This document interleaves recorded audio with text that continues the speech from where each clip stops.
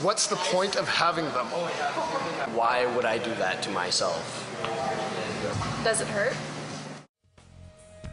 Once a normal-looking guy, Eric Sprague has gone to great lengths to radically transform his body. He's the lizard man, an outcast by design.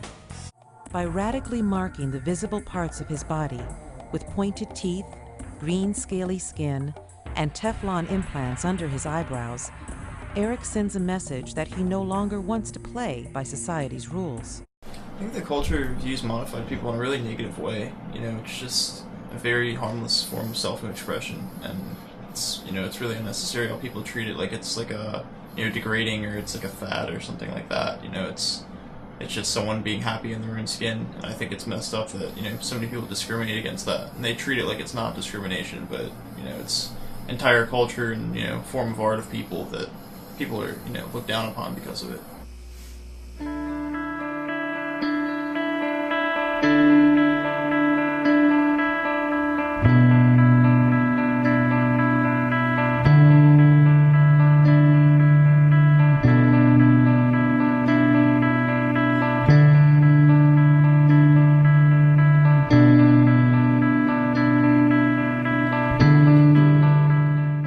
People in full suit and ties, walking around, come up to me and be like, "Hey man, I really like that tattoo," or, "That's a really cool piercing, I like your style," or something like that.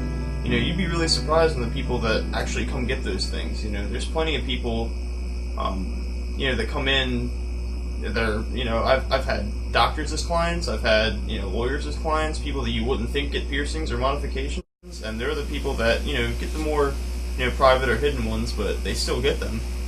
And it's unfortunate that sometimes I get lumped in with this stigma of, oh, modified people really, they don't have jobs, they don't work. But I mean, do you guys think that modifications pay for themselves? Honestly, they're expensive. I spend more money on my modifications than I spend on food. Like, it blows my mind that people really think that those with modifications can't hold a job. I mean, body modification's been around forever, It's mostly just based on aesthetics.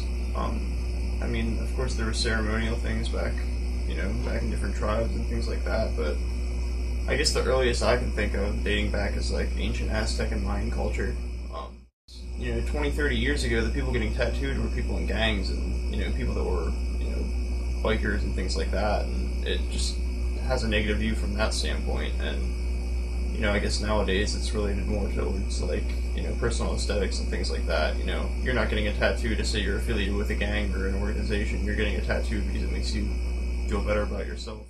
I get stopped in public all the time, and I look weird. I understand why it happens.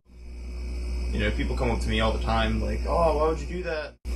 I actually react a lot better than a lot of people I know with negative reactions, just because I've been used to getting them for so long. I accept it because it's different to them. They're not used to it. So I know that my life choices are a little alarming to them and a little different than them, and I accept that they're gonna be curious about it, and I answer them as kind as possible. Usually it ends up with me giving them a business card at the end of the day, but I don't really get offended by it. I get a lot of people staring. For the most part, it's pretty good, though. A lot of people compliment me on them. I think a lot of people view them as not necessarily delinquents, but kids trying to rebel or be cool. There are still a lot of people that don't think very good things about it. But I think society is opening up to it. The main thing that I have to say about modification is, it's everywhere. People look at it as just tattoos and piercings, but it's not just that. Going on a diet, working out, going, getting your nails done, getting new makeup, all of that is body modification. Whatever manner you think is appropriate for you and whatever makes you happy, I think is, what is fair.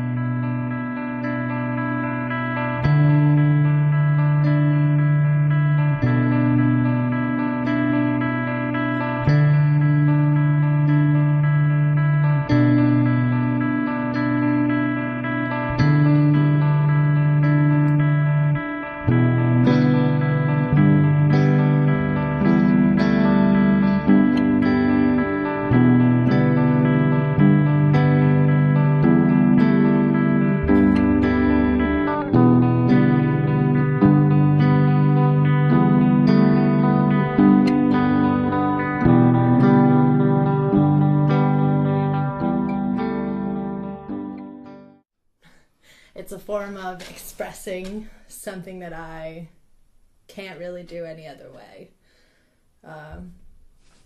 I think it's something beautiful, and I think that it's a way of enhancing the way that I feel. Gives me an opportunity to show everybody else.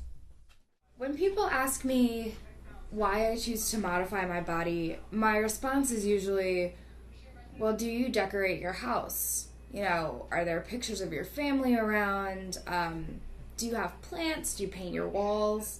And their response is always, well, yeah, of course, you know, I live there, and, you know, I want it to be a reflection of myself, and I want it to look nice, and I want it to look the way I want it to look. And honestly, that's exactly why I modify my body. You know, I spend more time every day in my skin than you spend in your house.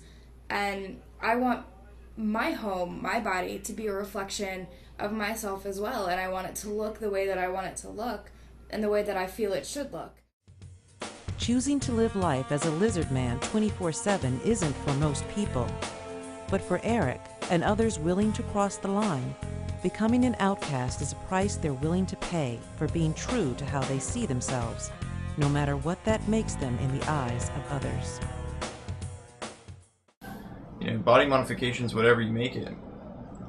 You know, if a piercing is what makes you feel happy in your own skin, then that's awesome. If it takes a manicure or something like that, or going tanning, then that's, just as awesome. If that's what you need to do to be happy, then I think there's nothing wrong with that.